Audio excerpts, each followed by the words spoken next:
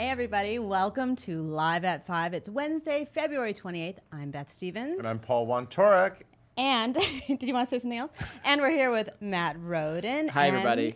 Our fabulous guest. I know, who's here today, Beth? Etai Benson from my favorite new musical, The Band's Visit. The Band's Visit, critically acclaimed Broadway smash hit. That's right, but first, today's top 5.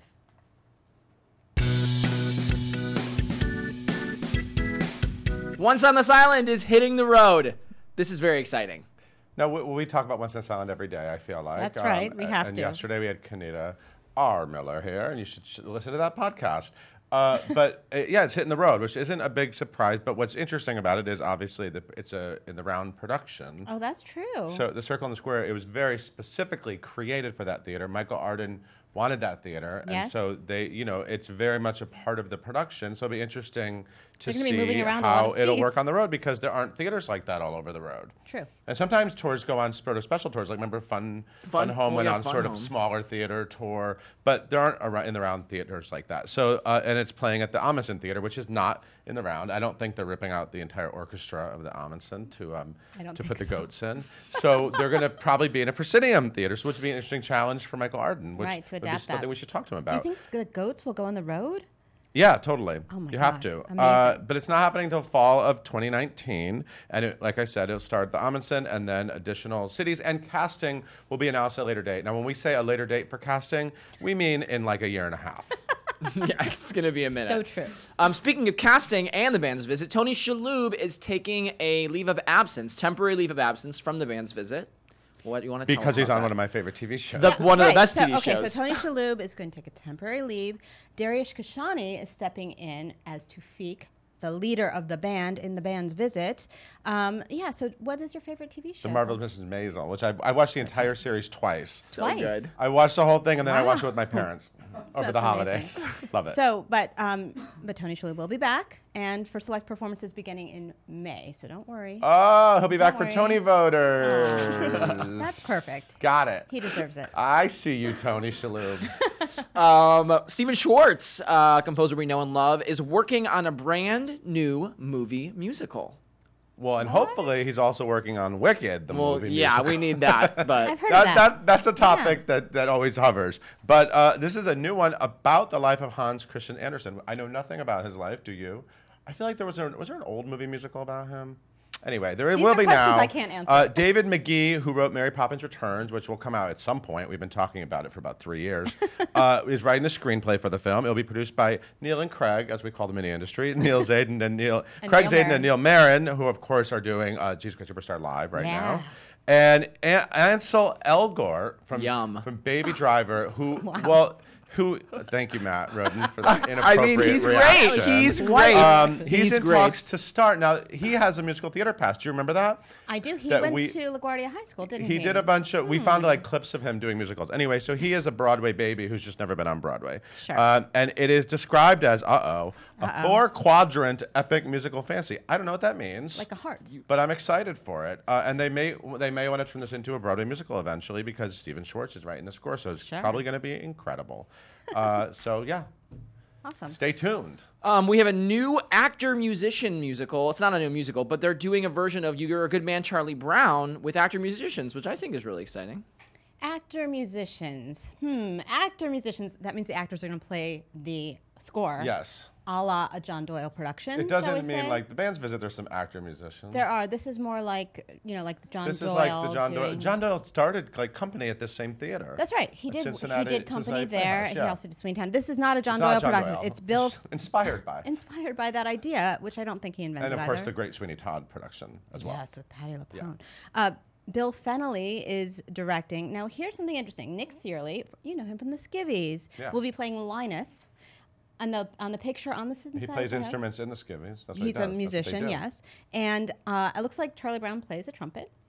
And also, we hear that Laura Molina, the other half of the Skivvies, is involved. We don't know how, but she was in that fabulous production, Sweeney Todd playing the cello, and Joanna. So there you go. Yeah, and so it's going to be cool. Last but certainly not least, Carousel begins performances this evening. Stop everything. I'm so upset. We're so excited. There's a Broadway theater tonight playing one of my favorite scores. It's my favorite score. It is my #1 favorite score. Number one?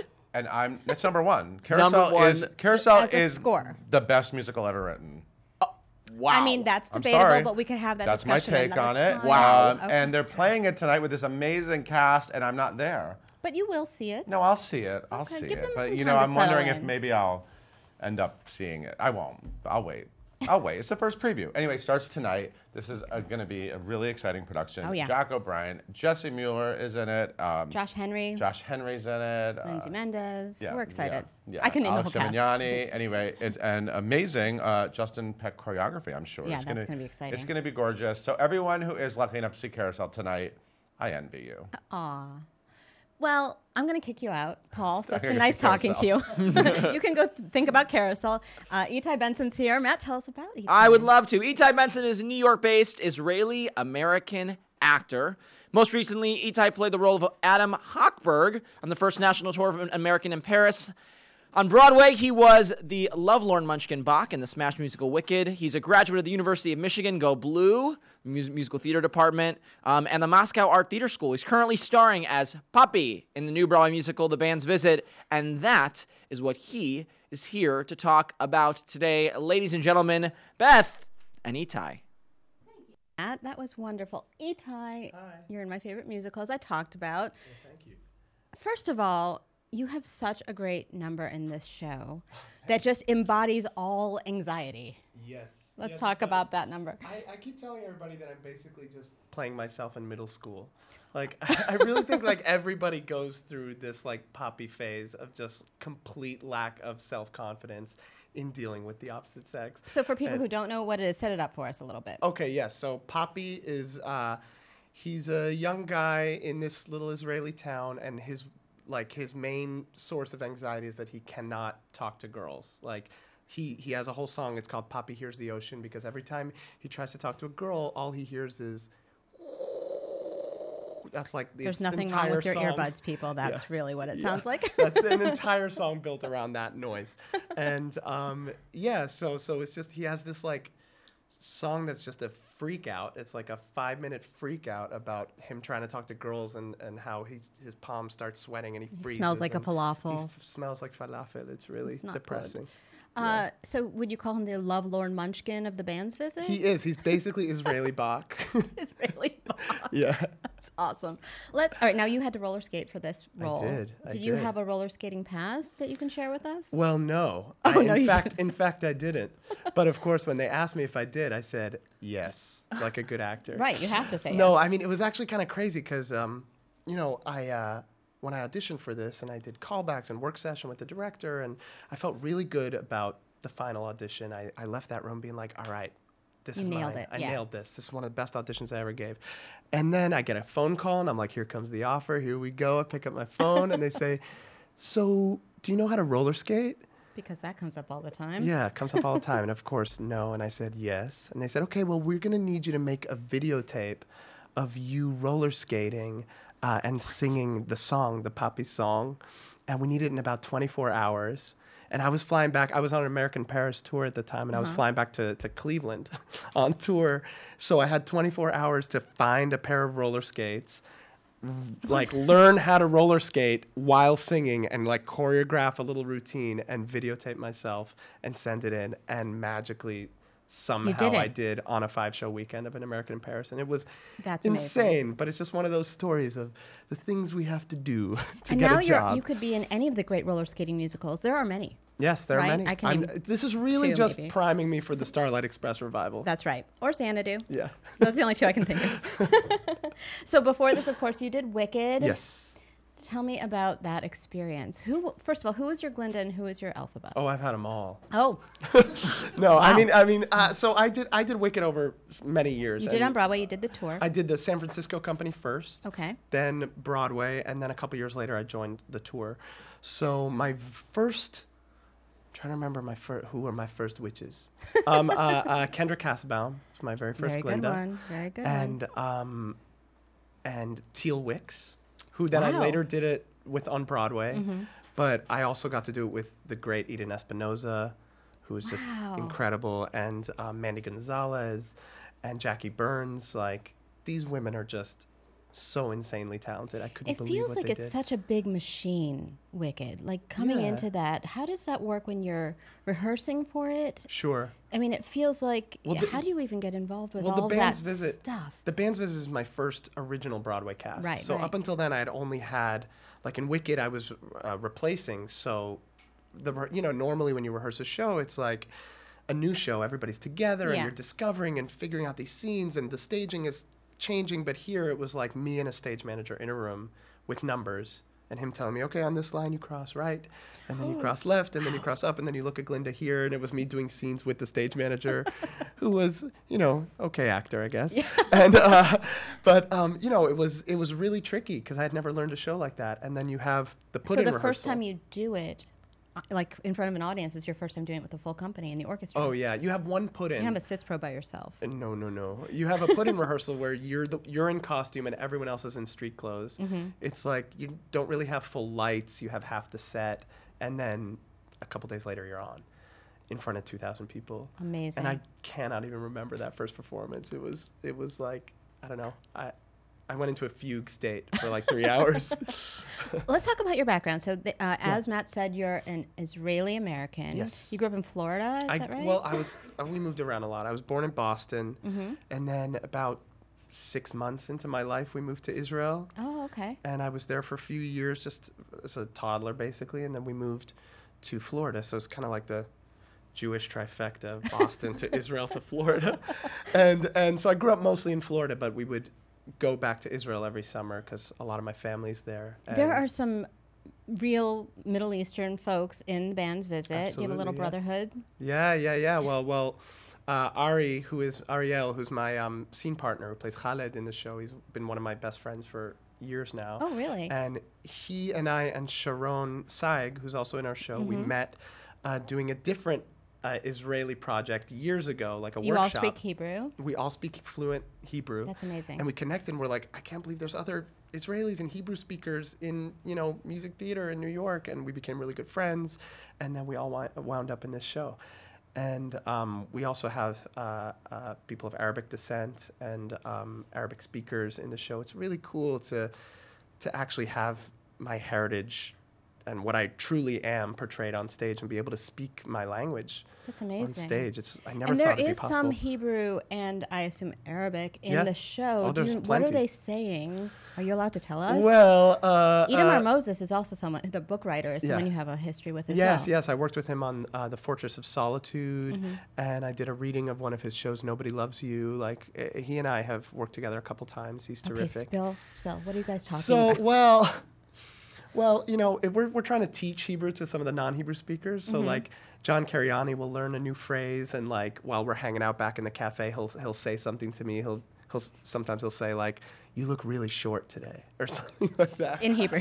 In Hebrew, and he'll try to impress me with his Hebrew skills. That's No, impressive. but mostly the stuff that's written into the show is very specific, but was developed through a lot of improv with a lot of the Hebrew speakers. You might not even pick it up if you're in the audience. Contextually, if someone's angry or whatever. Well, there is one moment where I have a little mishap in the skating rink scene. I don't want to give it away. And Sharon, who's another Hebrew speaker in the show, my friend, she comes up and she starts screaming and railing at me in Hebrew. And this is scripted. This just is, so we know. well, it's scripted because of what she came up with in the rehearsal okay. room. And I can't say it because it's too filthy for Broadway.com. Sure but you can. Go for it. Screaming the most horrible obscenities in my face. And Sharon Saig, if you've ever seen her, she is the cutest little girl. She's the sweetest girl. And she is screaming like the worst, most creative curse words in my face. You can and say I just it. have to try to do it without smiling. I he can't. won't. I can't. He But if doesn't you want come you to the quoted. stage door and you ask me if Oh. you're above 18 years of age, I will tell you. Are you going to card at the stage door? I'm going to have to. That's a great idea. That's a great idea. Well, I know we've got questions from Yes. our Facebook Sure. Live people. Sure. So, Matt. Yes. So if you guys have questions, you can comment right now, and we'll try to get to as many as we possibly can. But let us start with the question from Caitlin. Have there been any skating mishaps at the band's visit? Skating mishaps. Tell us your sad stories. Oh, gosh. I mean, there have been a couple of close calls of, like, eating it on stage. Oops. But luckily, we're still new enough that there hasn't been anything too terrifying that happens. This is not like Olympic skating. This is like not. going in a circle mostly. For me, yes, for me. And luckily, Poppy's supposed to be pretty bad at skating, so Right, I so fit right no in. Lutzes, no sow cows. But yeah, nothing of note yet. yet. David wants to know, what other special skill did you say that you knew, but you didn't? Oh, that's a good And also, I just question. want to know like other special skills, but this is a Yeah, fun one. Well, I know your resume has like a lot of accents. You do Yes, a lot of accents. But I think I've since maybe updated it with like with some notice, you know, like Fluent French with 3 months notice. with Duolingo. Yeah.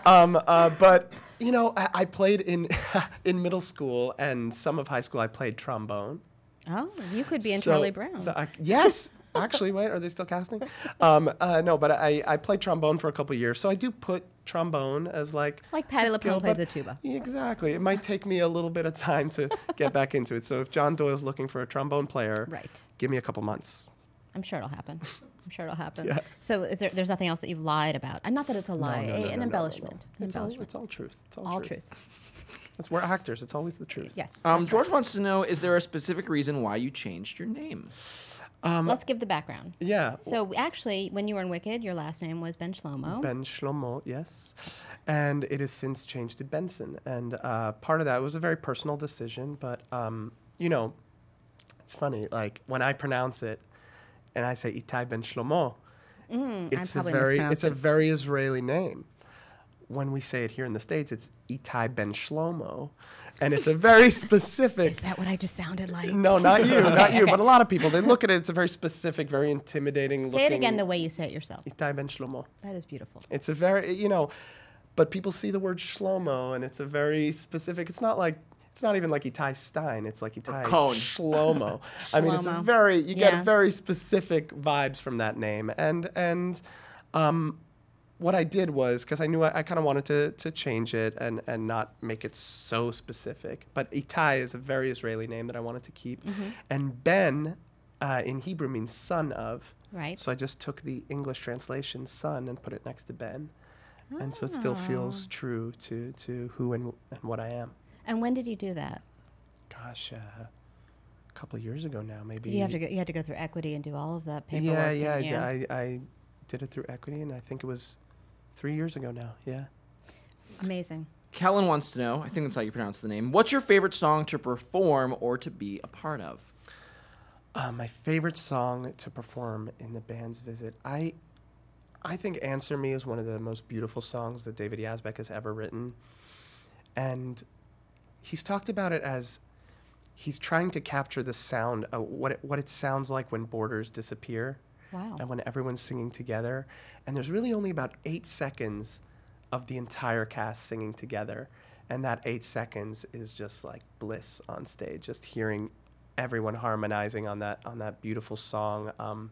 It gives me chills every time, especially with the content of what our show's about, people trying to communicate and trying to find common ground. And here they literally do through music for 8 seconds. And it's fleeting, but it's very beautiful. 8 seconds. Yeah. David wants to know, how have Israeli audience members reacted to the show? Well, they know what you're swearing about They at the do. stage door. And we always know that they're there because when she screams these swear words, they crack up. And we're like, oh, there are Israelis in the house. But they love it. It's a very, the band's visit is based on a really beloved film in Israel. That's right. And so most Israelis who come see the show, they know the film very well. And I think they're just as moved as I am that this is happening, that there is an Israeli property that is now a major Broadway musical, that they're sitting in a Broadway house, hearing their language, seeing their culture, the food, and the sounds, like the musical sounds, the oud and the darbuka, which are like Middle Eastern instruments that have never been heard in a Broadway score before. They come away very, very moved. And then at the stage door, I always sign my name in Hebrew, and they see that, and then we start speaking in Hebrew, and they feel an extra personal connection to the show. That's amazing. It's really extending the community. Yes. Paul wants to know, what is your dream role? Oh. And the second half of the question is in Starlight Express. Oh, that's more specific. More specific. Oh my gosh. Well, you I'm have the sorry. skills skills now. But dream I role, do and have now it. we'll get Starlight Express, but dream role first. Dream role. Dream role, it's tough because now having done an original musical, you kind of want to you're say spoiled. like, well, the role that is written for me, you know. But I did a lot of. I studied abroad in Moscow when I was in college, and we worked on a lot of Chekhov You material. have to. You're required to if you're in Moscow. Yeah. Exactly. It's like they're Shakespeare, Right. and I would love to like dig into that professionally. You And want to I'm- play the lovelorn munchkin of the seagull, Yes, Constantine? yes, Yeah. yes. I'm sensing a theme. You're sensing a I'm theme. I have a sensing it. brand. It's all lovelorn But it's munchkins. working for you. Yeah, and in a musical, I've always loved Leo Frank in Parade. You would sound great on that. Something I would love I to could do. see that. But hopefully more new work, new material. Listen, composers out there, if you have a roller skating person that you need to sing. Roller skating Hebrew speaker There you who go. plays trombone, kind of. I'm your guy. Kind of. Kind of. With notice. With notice. Etai, thank you for coming. Thank you so much, It's so Beth. good to see you. Matt, will you take us out? I would be happy to. Thank Thank you. you guys so much for watching or listening or tuning in live. You can watch Live at 5 every single weekday live at 5 p.m. here on Broadway.com's Facebook page. And if you want a different way to consume this show and you're a fan of podcasts, maybe you're listening to us right now, you can subscribe to the Live at 5 podcast, which we put out every single day right after Live at 5. Join us tomorrow when Lexi Lawson from Hamilton joins us live in the studio. We will see you tomorrow. Happy Wednesday, everybody. Bye.